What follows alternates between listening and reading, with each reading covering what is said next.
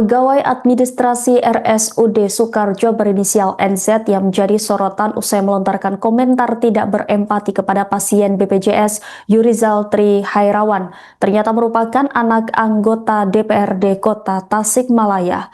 Ayah NZ, Ade Lukman, yang merupakan anggota DPRD Kota Tasikmalaya dari fraksi PAN, mengaku kaget dan terpukul mengetahui ulah putrinya hingga memicu polemik di media sosial. Ade mengaku belum sempat berbicara langsung dengan NZ karena anaknya telah berangkat bekerja saat kejadian ini mencuat.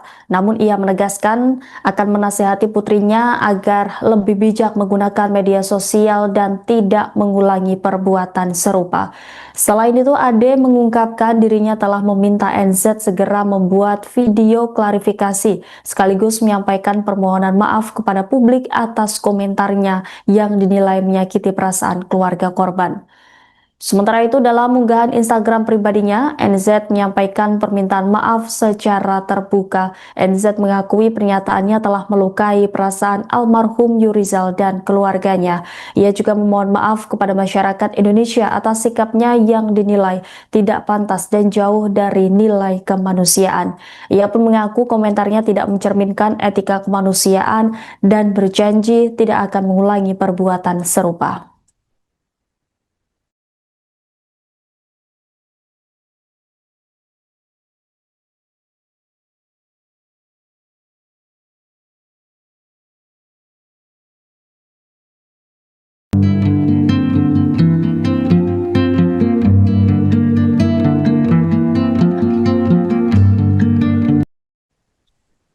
Adik dari almarhum Yurizal akhirnya menanggapi permintaan maaf para tenaga kesehatan yang sempat melontarkan komentar tidak berempati kepada kakaknya di media sosial.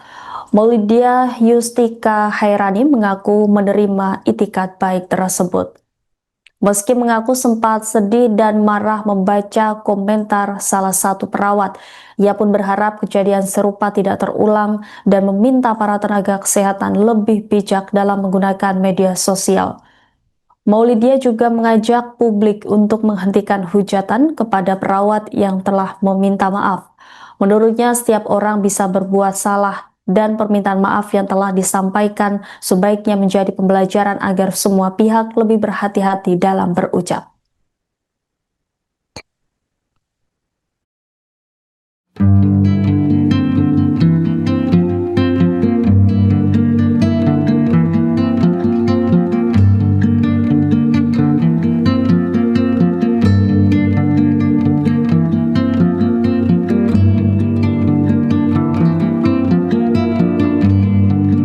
Yang bersangkutan itu staf administrasi biasa, bukan tenaga kesehatan ya. Lalu mungkin dari tindakan dari pihak Manajemen RSUD Dr. Sukarjo Kota Tasikmalaya membantah Yurizal merupakan pasien BPJS di rumah sakit tersebut. Direktur Utama RSUD Dr. Sukarjo, Dr. Budi Tirmadi menegaskan bahwa Yurizal tidak pernah menjalani perawatan di RSUD Dr. Sukarjo. Diketahui Yurizal sempat mengeluhkan menunggu selama 8 jam di IGD tanpa kejelasan mendapatkan kamar rawat inap. Dalam utasnya, Yurizal tidak menyebutkan nama rumah sakit nasional tempat ia dirujuk karena ia menggunakan fasilitas BPJS Kesehatan. Hingga saat ini nama rumah sakit tempat almarhum Yurizal dirawat tidak pernah dipublikasikan secara resmi oleh pihak keluarga.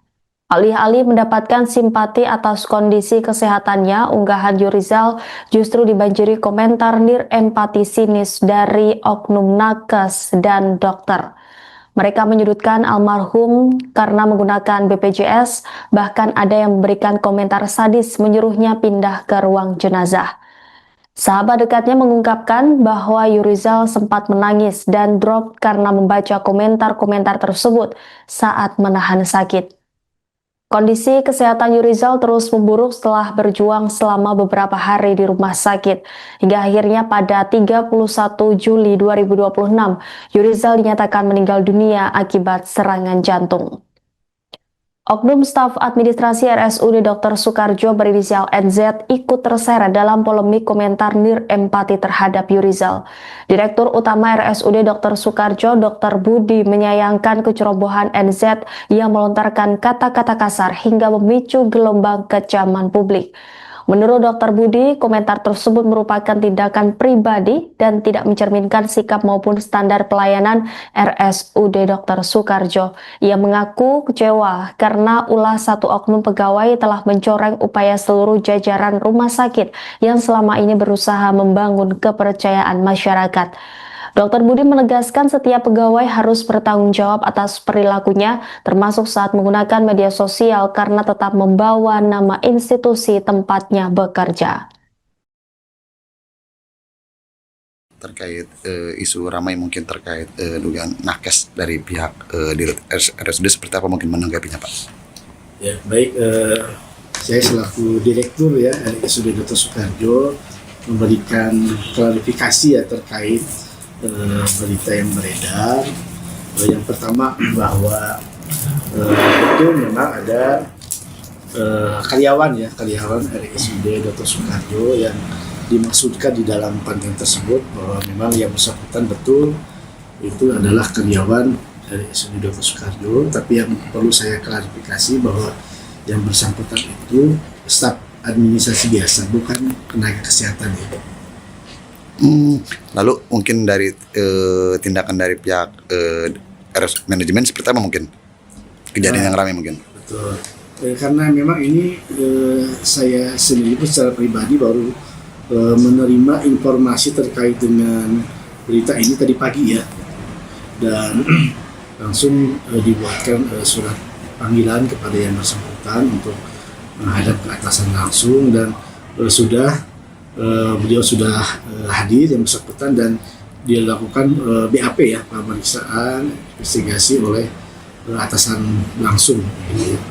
Dan karena yang bersangkutan ini merupakan pegawai pemerintah dengan perjanjian kerja atau P3K paruh waktu ya, sehingga kami pun kaitan dengan tindakan yang harus dilakukan ini, kami juga berkonsultasi dan koordinasi dengan BKPSDM dan Inspektorat Pemerintah Kota Tasikmalaya. Untuk sanksinya sendiri Pak itu dari pihak manajemen rumah sakit seperti apa Pak? Nah, bahwa memang ini yang bersangkutan ini kan memang secara nomenklatur tadi ya P3K paruh waktu. Oke.